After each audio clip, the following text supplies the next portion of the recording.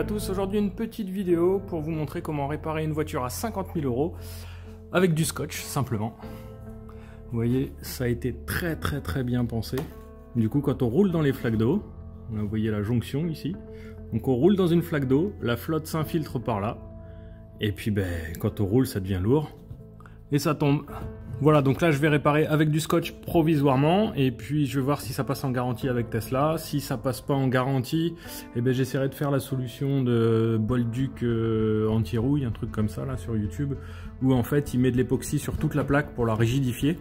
Parce que c'est vrai que cette espèce de fibre là, la feutrine, ça n'a aucun sens sous la voiture.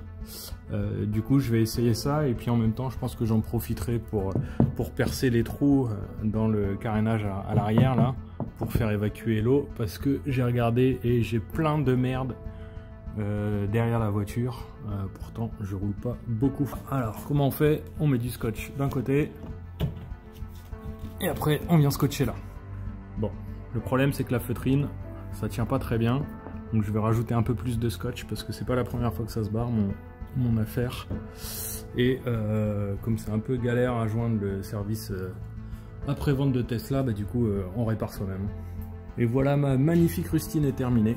Du coup j'en ai mis 3 dans ce sens là pour maintenir la plaque de feutrine, et puis un autre bout dans ce sens là pour éviter justement que ça recommence et que l'eau vienne se réinfiltrer ici. Voilà, donc c'est la solution provisoire. Je l'avais fait la dernière fois, mais comme il pleuvait, le scotch n'a pas tenu. À l'avant c'est un petit peu plus intelligent quand même, parce que la feutrine elle vient se mettre au-dessus du carénage. Du coup avec le vent ou avec l'eau, ça prend pas dedans. Par contre si on va vite en marche arrière, ça fera la même chose, mais par contre dans le sens du vent, là franchement c'est complètement con quoi. Vous aurez pu mettre un bout de tôle ou quelque chose pour maintenir la feutrine, parce que là vous voyez là, regardez là.